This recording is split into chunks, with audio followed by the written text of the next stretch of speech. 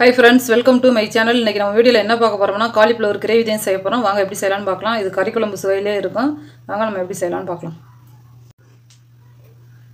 இந்த கடலை எண்ணெய் நம்ம பயன்படுத்துறோம். செக்க எண்ணெய் எப்பவுமே அதான் பயன்படுத்துறது. இன்னைக்கு கடலை எண்ணெய் ஊத்திக்கலாம். ஆயில் நல்லா சூடாயிருச்சு. ஒரு டேபிள் ஸ்பூன் வந்து ரெட் சில்லி பவுடர் சேர்த்துக்கலாம்.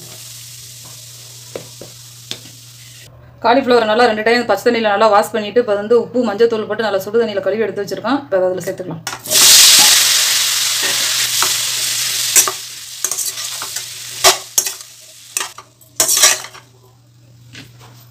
ஒரு 5 minutes வந்து அந்த ரெட் சில்லி பவுடர் அந்த எண்ணெயிலே நல்லா ஃப்ரை ஆகணும். அப்பதான் அந்த காலிஃப்ளவர் கிரேவி செய்யறது நல்லா டேஸ்டா இருக்கும். வந்து காலிஃப்ளவர் வந்து நல்லா அந்த ரெட் சில்லி பவுடர்ல நல்லா ஃப்ரை ஆயிருச்சு. ஆயிலோட சேர்த்து நம்ம நல்லா ஃப்ரை பண்ணியாச்சு. வந்து இந்த கன்சிஸ்டன்சில இருந்தாலே வந்து நம்ம கிரேவி செய்யல வந்து காலிஃப்ளவர் வந்து உதிராம இருக்கும். நல்லா ஃப்ரை ஆயிருச்சு. நம்ம வேற எதுக்கு இத மாத்திரலாம். மாத்திட்டு மறுபடியும் அதே கடாயிலே இப்போ ஆயில் விட்டுறலாம். ஆயில் விட்டு இப்போ தாளிப்பு கொடுத்துறலாம். ஒரு மசாலா ரெடி பண்ணனும். அதுக்கு தான் நம்ம ரெடி பண்றோம். இப்போ ரெடி பண்ணிக்கலாம்.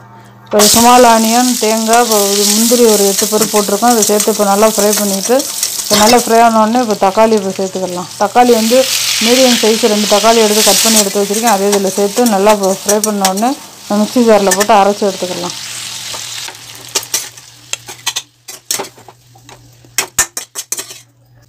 அதே கடாயிலே கடலெண்ணெய் ஒரு டேபிள் ஸ்பூன் ஊற்றி நல்லா சூடாயிருச்சு. பிரிஞ்சி எல்லாம் பட்டை, சோம்பு ஒரு டீஸ்பூன், அன்னாசி பூ எல்லாம் சேர்த்து நல்லா ஃப்ரை ஆனோடனே கருவேப்பிலை ஒரு கொத்து போட்டு அதையும் நல்லா வதக்கி விட்டுட்டு அதுக்கப்புறம் இஞ்சி பூண்டு பேஸ்ட் இதில் சேர்த்துக்கலாம்.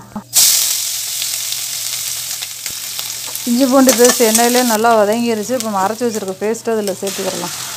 ஏற்கனவே நம்ம வதக்கி தான் அரைச்சிடுவோம். ரொம்ப நேரம் வதங்க தேவையில்லை. இப்போ வந்து கரம் மசாலா அரை டீஸ்பூன், மல்லிப்பொடி ஒரு டேபிள் ஸ்பூன், மிளகாய்த்தூள் ஒரு டேபிள் ஸ்பூன், உங்களுக்கு காரத்துக்கு ஏற்றாற்போல் சேர்த்துருக்கோம். ஏற்கனவே காலிஃப்ளவரை சேர்த்துருக்கோம். இப்போ நல்லா மிக்ஸ் பண்ணிவிட்டுலாம்.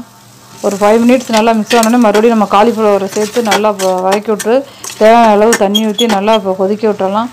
கிரேவிக்கு உங்களுக்கு எந்த அளவுக்கு தேவையோ அந்த அளவு தண்ணி ஊற்றி நல்லா வதக்கி விட்டுறலாம். ஒரு மூடி போட்டு 10 நிமிஷம் மூடி வச்சிடலாம். 10 நிமிஷம் ஆயிடுச்சு. இப்போ ஓப்பன் பண்ணி பார்க்குறோம். நல்லா ஓரம்லாம் நல்லா எண்ணெய் பிரிஞ்சு வந்திருக்கு. இன்னொரு 5 minutes வந்து ஓப்பன்லேயே நல்லா அப்படியே கொதிக்க விடலாம். நல்லா கிரேவி கொஞ்சம் தண்ணியெலாம் நல்லா வற்றி நல்லா ஒரு கிரேவியாக நல்லா கிடைக்கும் நம்மளுக்கு. இப்போ நம்ம ஊற்றின தண்ணிலாம் வற்றி கிரேவி நல்லா ரெடியாகி வந்துருச்சு. ஓரெல்லாம் எண்ணெய் பிரிஞ்சு வந்துருச்சு. இந்த ஸ்டேஜில் வந்து கொத்தமல்லி போட்டு அடுப்பை ஆஃப் பண்ணிக்கிறலாம். கண்டிப்பாக நீங்களும் இந்த கிரேவி செஞ்சு பாருங்கள். நம்ம சொன்ன அளவுகளோட கண்டிப்பாக சூப்பராக இருக்கும்.